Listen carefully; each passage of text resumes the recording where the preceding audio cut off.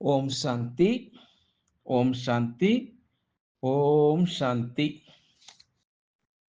நாம் தொடர்ச்சியாக பாக்கிய விதாதாவிலிருந்து ஒவ்வொரு மூத்த ராஜயோகினி, ராஜ யோகிகள் தன்னுடைய அலௌகிக கதையை பற்றி நாம் தொடர்ச்சியாக பார்த்து கொண்டு வருகின்றோம். அந்த வகையில இன்னைக்கு நாம் பார்க்கக்கூடிய மகானாத்மா ஹரியானா மாவட்டத்திலிருந்து, அம்பாலாவிலிருந்து கிருஷ்ண மாதா தன்னுடைய அனுபவத்தினை இப்படி வர்ணிக்கின்றார். கொஞ்சம் தான் இன்ஃபர்மேஷன் இருக்குது. ஒரு 5 நிமிஷத்துக்குள்ள தான் முடியும் இது. அதனால நாளைக்கு பெருசா பார்க்கலாம். ஹரியானா மாவட்டத்திலிருந்து கிருஷ்ண மாதா அவர்கள் தன்னுடைய அனுபவத்தை இப்படி சொல்கின்றார். நான் ஸ்ரீ கிருஷ்ணனுடைய பக்தி செய்து வந்திருக்கின்றேன். அதன் கூடவே கீதையும் படித்து வந்திருக்கின்றேன்.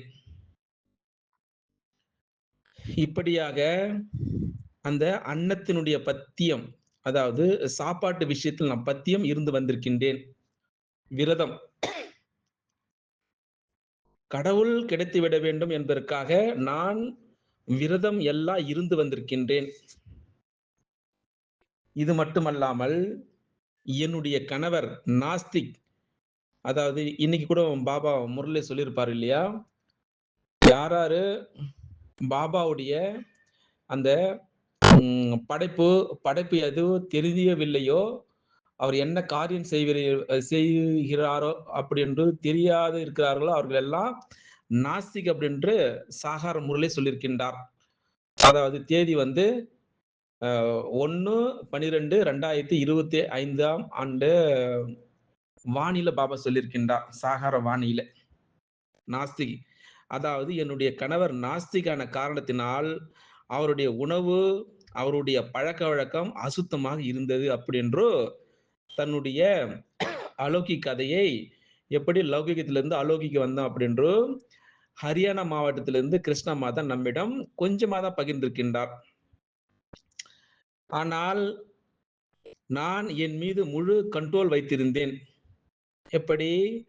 நான் என்னை தூய்மையாக வைப்பதற்கான முழு முயற்சியும் செய்தேன் அப்படின்னு சொல்கின்றார் ஆணித்தரமாக. அந்த காரணத்தினால், எந்த காரணம்? தூய்மையாக இருந்த காரணத்தினால் வீட்டில் அடிக்கடி சண்டைகள் நடந்து கொண்டே இருந்தது. ஆனால் இதனால் என்னுடைய கடவுளை சந்திப்பதற்கான ஈடுபாடு இன்னும் அதிகமாகவே ஆகிவிட்டது அப்படின்று சொல்லிக்கொண்டே இருக்கின்றார். ஈடுபாடு மட்டுமல்லாமல் கூடவே எனக்கு எல்லையற்ற வைராக்கியமும் சரி அதிகமாகிக் கொண்டே சென்றது. இப்படியாக கடவுள் கிடைத்துவிட்ட பிறகு என்ன செய்வது?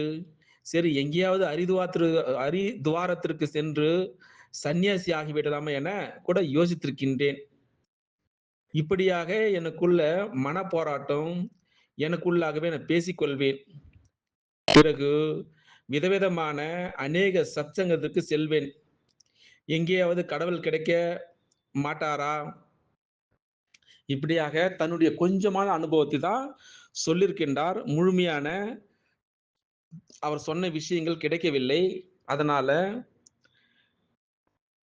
நாளைக்கு வேறொரு விசேஷமான ஆத்மாவை பார்க்கலாம். அதனால ஹரியானா அம்பாலாவிலிருந்து கிருஷ்ண மாதா கொஞ்சம் மட்டும் விஷயத்தை அந்த லௌகிக விஷயத்திலிருந்து கொஞ்சம் சொல்லியிருக்கின்றார். அச்சா, ஓம் சாந்தி, ஓம் சாந்தி, ஓம் சாந்தி, ஓம் சாந்தி. நாம் தொடர்ச்சியாக பாக்கிய விதாதாவிலிருந்து ஒவ்வொரு மூத்த ராஜயோகினி, ராஜ யோகிகள் தன்னுடைய அலௌகிக கதையை பற்றி நாம் தொடர்ச்சியாக பார்த்து கொண்டு வருகின்றோம். அந்த வகையில இன்னைக்கு நாம் பார்க்கக்கூடிய மகானாத்மா ஹரியானா மாவட்டத்திலிருந்து, அம்பாலாவிலிருந்து கிருஷ்ண மாதா தன்னுடைய அனுபவத்தினை இப்படி வர்ணிக்கின்றார். கொஞ்சம் தான் இன்ஃபர்மேஷன் இருக்குது. ஒரு 5 நிமிஷத்துக்குள்ள தான் முடியும் இது. அதனால நாளைக்கு பெருசா பார்க்கலாம். ஹரியானா மாவட்டத்திலிருந்து கிருஷ்ண மாதா அவர்கள் தன்னுடைய அனுபவத்தை இப்படி சொல்கின்றார். நான் ஸ்ரீ கிருஷ்ணனுடைய பக்தி செய்து வந்திருக்கின்றேன்.